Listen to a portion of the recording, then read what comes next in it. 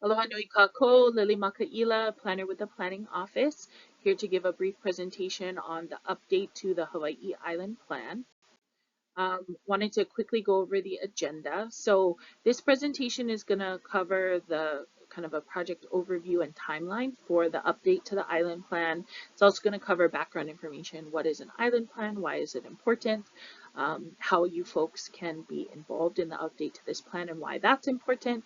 And then I'm going to be covering the land inventory and maps for all of DHHL's land holdings on Hawaii Island. Those are going to be in separate videos with separate links. And the reason why we're breaking this up is just so that it's easier. It's not, a hour-long presentation covering everything. I'm trying to do it in kind of short sections, so it's easier for folks to kind of get through. For this project, the Island Plan update is about a 20-year time frame. What that means is that we know that, island plans are completed and that at least in 20 years, we need to look at the plan and say, okay, what parts of this need to be updated? What parts of this are not relevant anymore? And look at kind of bringing those plans to present day. The island plans themselves really look at land uses. So they look at this thing called land use designations, which is DHHL's version of zoning. There's county zoning, there's state zoning, and DHHL itself has, exclusive authority over its land use, and thereby has a term, land use designations, and there's a bunch of different categories for what types of land use designations there are. For instance, one example is residential homesteading. And so we look at all of DHHL's land holdings on the island and, suggest and identify what are the different types of land use designations that are best for these lands. We also look at the island plan and, this is like a future development plan, right? It's looking at where to put the homesteads, pastoral, agricultural, residential homesteads, but it's also determining priorities. And those priorities can be specific homesteads, it can be specific areas, if folks want to see development in the next 20 years be focused in the Hilo side or in the Kona side or evenly distributed across all of Hawaii Island, or if there are specific developments, for instance, you want to see more residential homesteading or you want to see more subsistence agricultural homesteading. Those are the types of priorities that can be captured in this island plan. And the update to the island plan takes a lot of coordination. Of course, there's all the kind of institutional knowledge that comes from DHHL staff themselves. We also have a consultant that we've hired, and they're helping us with all of the spatial analysis, with kind of the evaluation criteria, understanding the kind of constraints of the land, how close is it to infrastructure, how hard would it be to put in water, how much flooding there is in the area, or its susceptibility to climate change, or all of the different constraints that help us to understand what the capacity of the land is. That's what our consultants are assisting us with, which also includes the production of all of the graphic images, creating all of the maps for us, and getting these aerial views of DHHL's land holdings. And then a huge part of that coordination is actually getting beneficiary mana'o. There's nobody who knows the land better than Kama'aina, and we're hoping that we can have, our beneficiaries and our Kama'aina to weigh in, on your, personal experience and knowledge of these lands, as well as your preferences and how you'd like to see DHHL prioritize the development of its homesteads in order to address the wait list. So this is kind of an overview of DHHL's planning system. At the very top, you see the general plan. That's a statewide plan. It's another plan that has a 20-year time frame, which means, every 20 years, the department needs to take a look at it and see what parts of it are still relevant and what parts are not relevant and what needs to be updated. So like the general plan, island plans also have that same 20-year time frame. The general plan is important because it puts out, these statewide policies about things. And there's one specific component that really influences the island plans and is influencing the update to the Hawaii Island Plan. And that is the general plan sets the land use designation categories. So I'll talk about that in a little bit more depth, but there were some changes to the general plan itself. and the changes to the land use designations influences the island plan, because we need to then look at those, categories for land use designations and make some adjustments.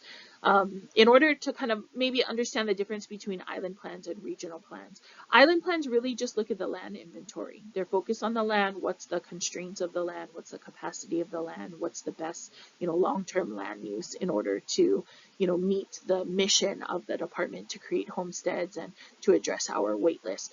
Regional plans are really kind of people-centric. They're looking at all of the different regions. There's 23 regional plans currently throughout all of the Pai'aina for DHHL's different homesteads, and the regional plans really look at the people. So they look within a certain kind of land area within a certain region, and they look at the needs of the homestead and really focus on the beneficiaries. What are the concerns of the beneficiaries, what are the needs of the beneficiaries, and work just within that homestead to identify priority projects for that region. And some of those projects are not really DHHL specific. Sometimes they are and have to do with, development of additional areas, additional homesteads, and expanding of the homesteads within the region. But sometimes it's things like, helping to build a community center, or identifying a community pasture, or identifying, taking care of other needs like wildfire risk, or heavy erosion that's kind of damaging the environmental spaces, sensitive environmental spaces along the nearshore marine area. So there are all different types of priority projects that can be captured in regional plans.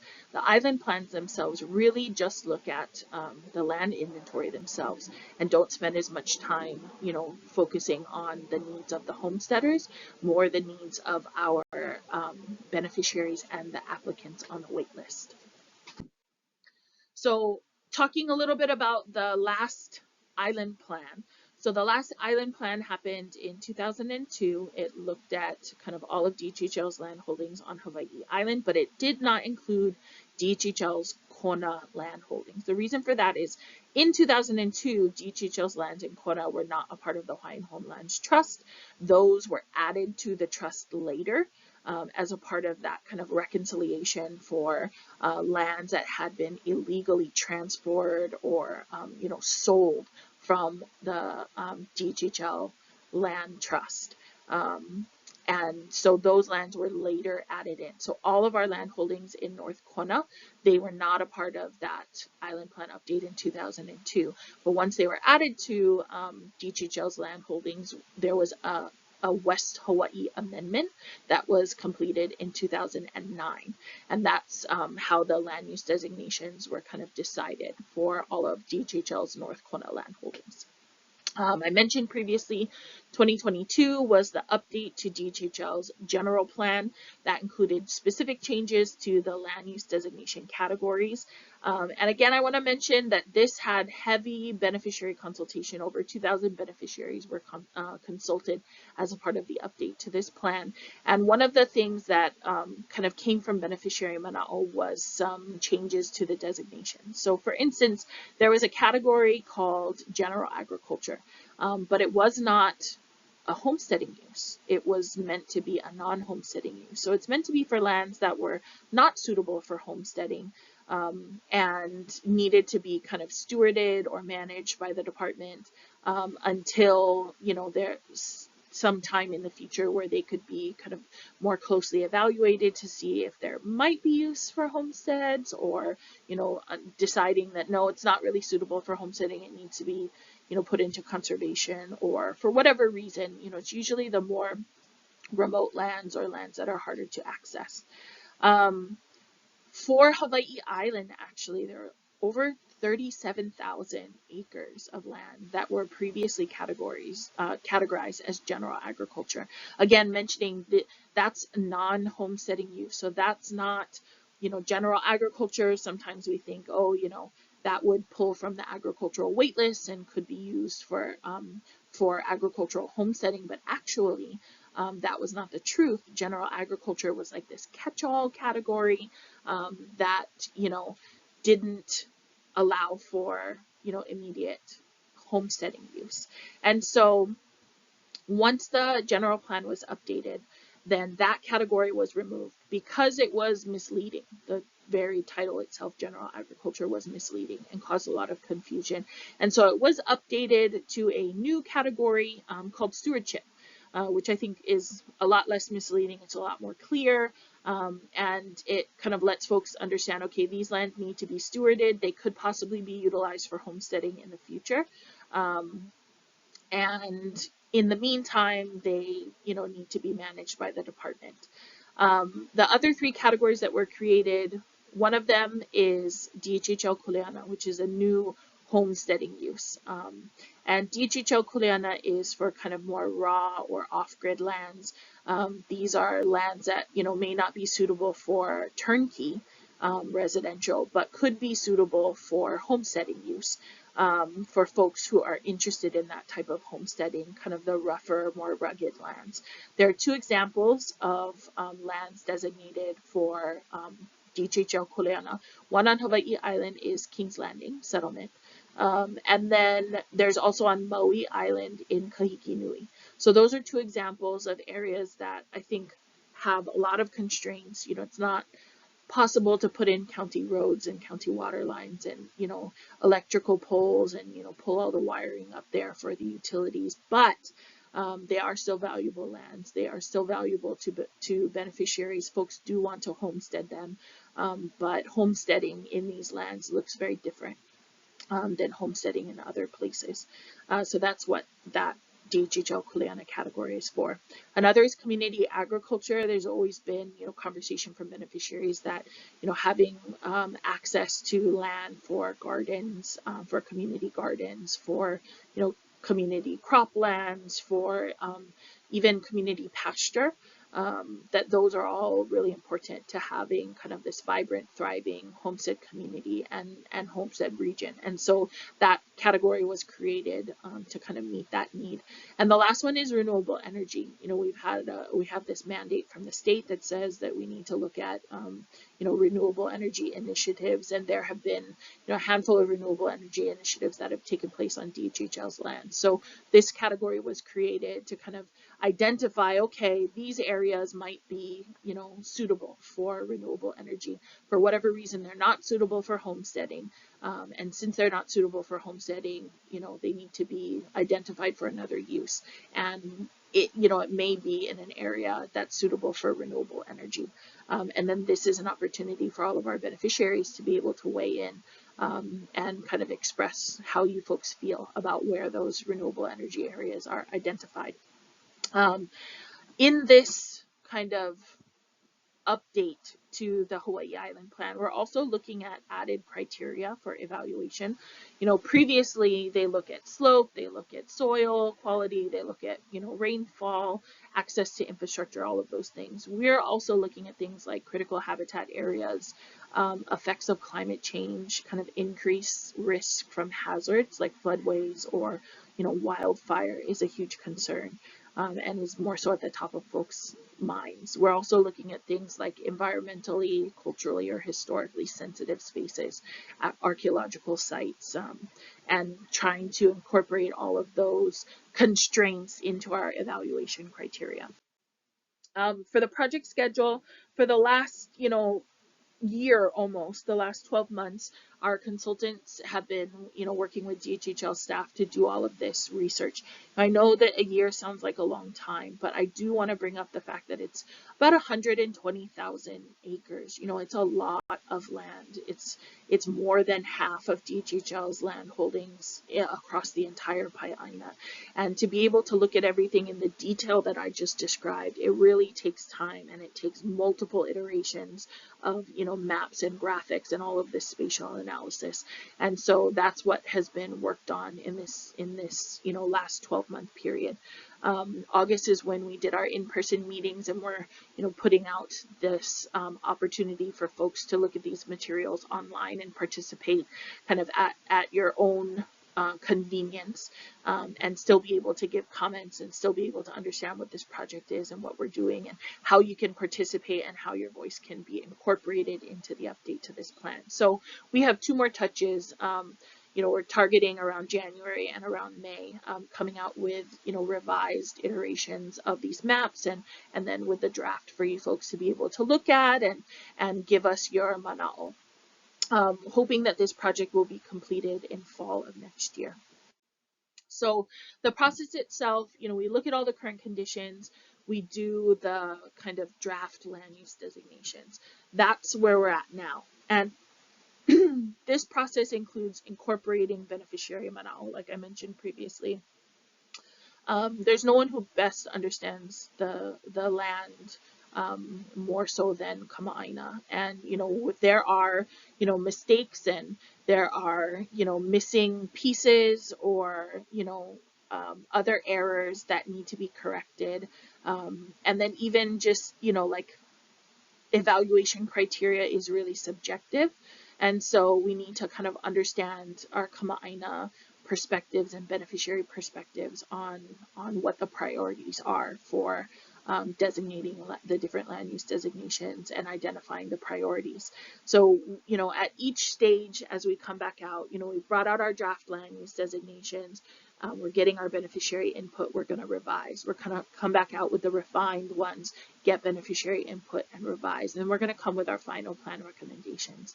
And then you folks will have a chance to, get in any other comments or any other concerns, so that the final product itself is more complete and really inclusive, kind of comprehensive, with beneficiary input throughout the way. And the final product itself is meant to guide the department's future development. So it's supposed to help commissioners and DHHL staff to direct resources and funding when it comes to, the land stewardship, land management, and of course development of our homesteads on DHHL's land holdings on the Big Island.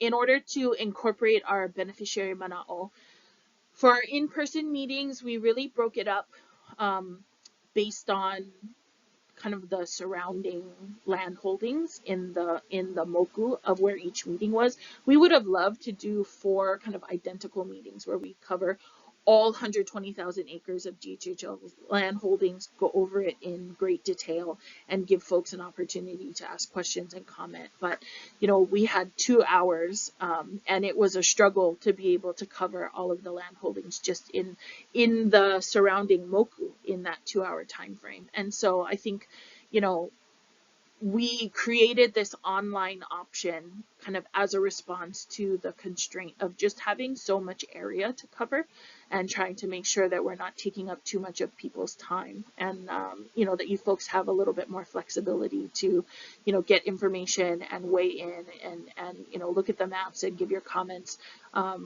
with a little bit more flexibility to your own personal schedules and your own kind of preference for looking at the information.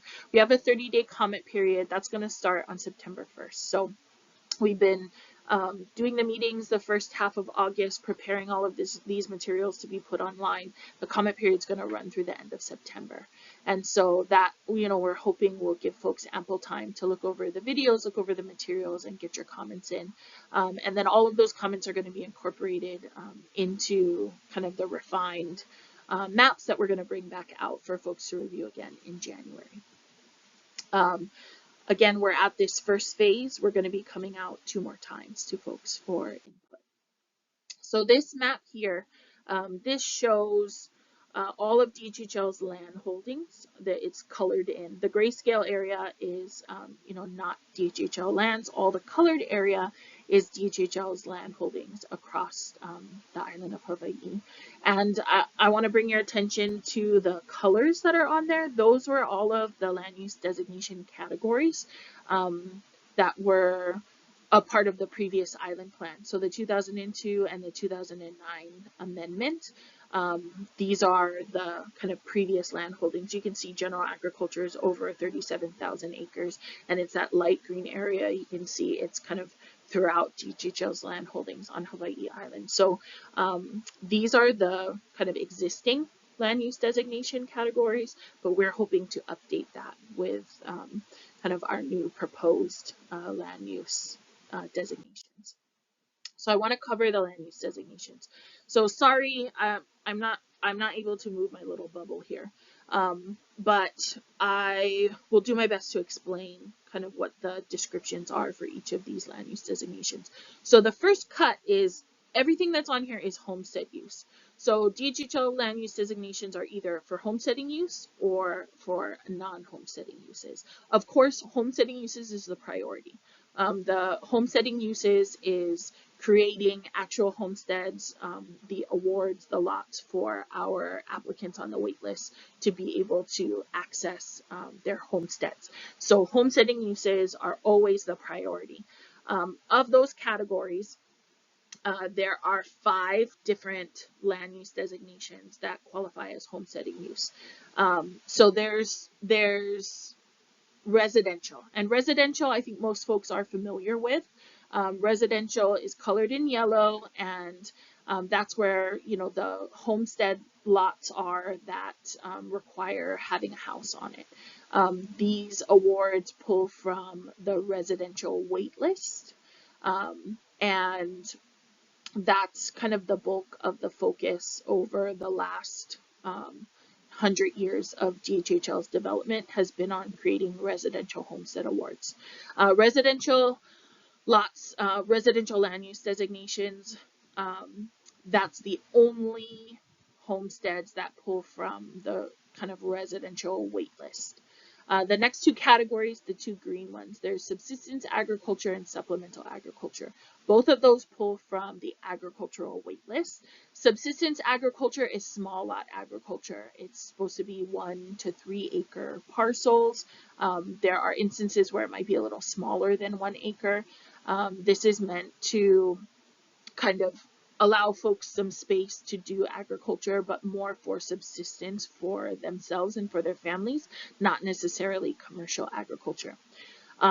As opposed to supplemental agriculture, which is larger lot agriculture. These are, you know, larger than 3 acres up to 40 acres. And large lot agriculture on supplemental ag, there are some requirements in order to be able to get a lease homestead award. So you would need to do a farm or a business plan. Part of the constraint is that 2/3 of the lot needs to be in agricultural cultivation. And those are kind of constraints that have made kind of utilizing those lots a challenge for some folks, maybe getting through the business or farm plan, or being able to kind of keep up with that 2/3 requirement for cultivation. In response to that, subsistence agriculture does not have those same constraints. So it's smaller, it's, you know, 1 to 3 acres, but it doesn't require that you have to do a farm or business plan. You are required to cultivate, but there's no specific area. There's no metric that says, you know, 2/3 or 1/3. It's just that in general, you need to cultivate on the parcel. Subsistence agriculture is also, you know, you can build a home on a subsistence ag lot. But you're not required to. So for residential lots, often you have to have that kind of pre-qualification letter saying that you can handle the financial need to build the hale within a certain period of time. Subsistence agriculture, you can build a home, but you don't have to. And therefore you don't need to have a pre-qualification letter saying that you're, you know, financially capable of building a home within a certain period of time. And so that has addressed, you know, some needs. There has been kind of outspoken beneficiary mana'o saying that they want to see more subsistence agricultural opportunities because it has less constraints and is more, I guess, you know, user friendly for our homesteaders to be able to get on the land sooner and not have as many hurdles to overcome in order to access their award. Pastoral on here is you know, large lot agriculture for pastoral use for raising of livestock.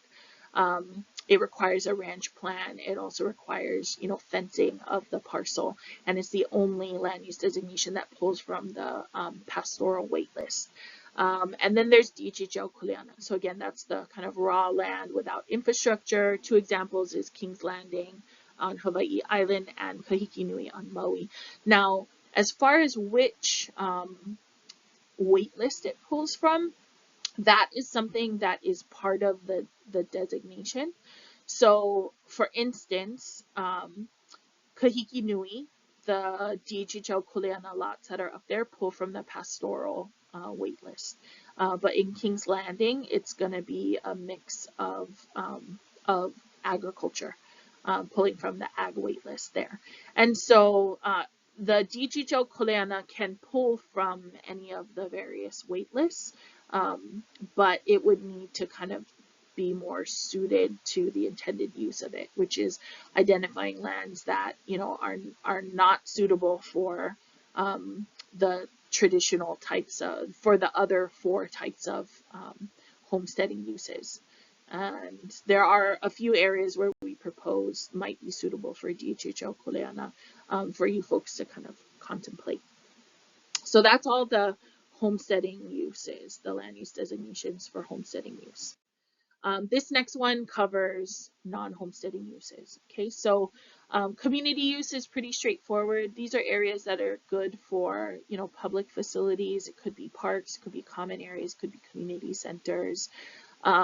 Could also, the next one on here is community agriculture. So that can be areas that, you know, the soil is good, it has good, or it's good for grazing, has good potential for agricultural use, but we know that the, you know, homestead area needs a mix of uses, including space for, you know, gardening and whatnot, especially in our near our residential homesteads, because the residential lots are a lot smaller. And so that's that category. Commercial and industrial, those are the lands that are pretty straightforward. That's where you have, you know, our shopping mall developments or the industrial warehouses. The revenue from lands that are suitable for commercial and industrial use, that is all what's captured from the different licenses for commercial and industrial use, and the annual lease rent that is generated, the revenue generated from commercial and industrial uses, is what goes into the DHHL trust funds and helps to kind of fund the development of homestead lots and creating homestead awards, as well as all of the other programs that the department offers. Renewable energy, I talked about that one already. It's identifying areas that might be suitable for renewable energy across the island. Stewardship takes the place of the old general agriculture, because stewardship is more descriptive and makes more sense. So it's land that's not currently utilized for homesteading, but needs to be stewarded in the meantime. And then there's conservation. Conservation is pretty straightforward. A lot of times we try to put our kind of steeper areas, the pu'us, the areas that might you know, have waterways or floodways, or are, you know, the really Mauka areas in our forest reserve are often designated as conservation. And then finally, there's special district. Special district means that the area requires special attention. We know that the areas are sensitive, either environmentally sensitive or culturally, historically sensitive. 2 good examples of special district areas on Hawaii Island. One is Kalai, South Point on the Big Island. It's about 710 acres. That's currently under special district. Has a lot of environmentally and culturally sensitive areas, and we know that those areas need special attention for and management into the future. Another location is Upolu Point. DHHL's land holdings at Upolu Point, it's about 37 acres or so at the old, I believe it's a Coast Guard station.